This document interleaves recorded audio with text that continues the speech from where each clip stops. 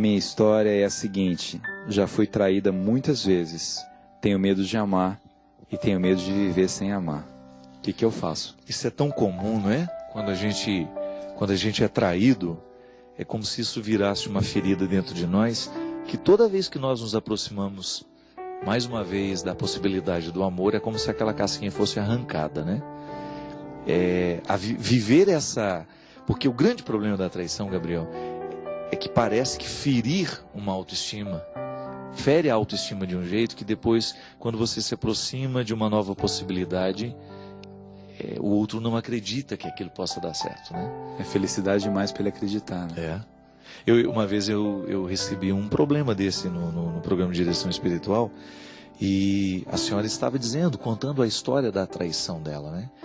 E ela relatava todo o sofrimento que ela começou a viver, tudo que começou a amargar no coração dela. Depois de quase 40 anos de casamento, ela descobriu que o marido tinha há mais de 10 anos tinha uma outra família. E aquilo destruiu a vida dela. E eu falava justamente disso para ela, que a traição do marido aconteceu e era um fato inegável. Mas a pior de todas as traições estava acontecendo agora. Que era ela com ela mesma, né? Aquela realidade que ela não conseguia administrar, como se fosse um alimento que comeu, não fez mal e não há solução para aquilo. A pessoa começa a se trair depois. E eu acho que trair a si mesmo é a pior traição. E mesmo esses homens que traem as mulheres, e às vezes colocam isso como se fosse um trunfo, né? Peguei fulana, peguei cicrana. Isso é de uma pobreza de espírito tão grande, né? De uma infelicidade dele mesmo que se trai. Você trai um compromisso que você tem com alguém, você trai uma história bonita que você poderia construir com alguém, você trai uma história de amor, né? Eu acompanhei assim o amor do meu pai e da minha mãe, eu achava lindo o jeito que meu pai tratava minha mãe, o jeito que minha mãe tratava meu pai.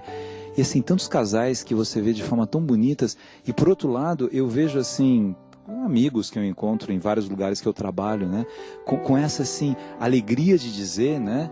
Essa necessidade machista de dizer que sai com outra, que faz, que pega, que não sei o quê, que às vezes é bom ter arroz e feijão, às vezes é bom ter uma mistura fora, né? Que é uma coisa tão feia assim, é um desrespeito a si mesmo e ao outro. É tão bonito você construir uma história de amor em que uma pessoa gosta da outra por aquilo que ela é, né? E às vezes, padre, o pai educa os filhos de uma forma diferente.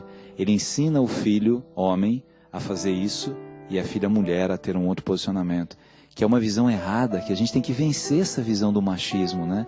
Da mesma forma que aquela menina tem que ser íntegra para a construção da sua história, o menino também tem que ser íntegro. Por que um tem que ter e o outro não tem que ser, né? E fidelidade, né, Gabriel, é uma coisa que a gente aprende em casa.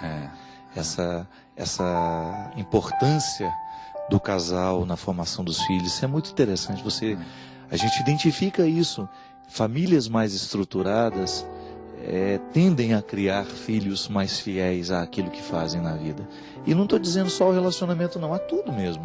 A vida, o tempo todo é uma experiência de fidelidade, né? Eu preciso ser fiel aos meus projetos, eu preciso ser fiel aos meus valores, àquelas pessoas que trabalham comigo, aquelas pessoas que vivem comigo. As pessoas se descartam muito, né?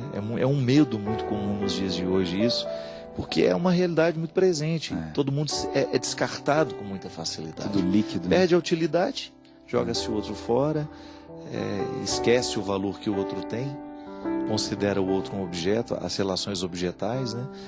Aquelas relações que despersonalizam, que esquecem, que não consideram o valor das pessoas. Tudo muito triste. Você vê a história do menininho que foi no ônibus, ali embaixo do ônibus até Aparecida, para fazer uma promessa para que o pai e a mãe não brigassem mais. É mesmo? Linda essa história. Agora, no dia de Nossa Senhora Aparecida, ele foi para a rodoviária, e aí ele, aliás, correndo um risco de vida, porque foi num lugar complicado do ônibus, porque ele não aguentava mais ver o pai e a mãe brigarem, né? E isso é uma experiência tão dolorosa da gente perceber a tristeza que é um filho ver o pai destruindo a mãe destruindo o pai.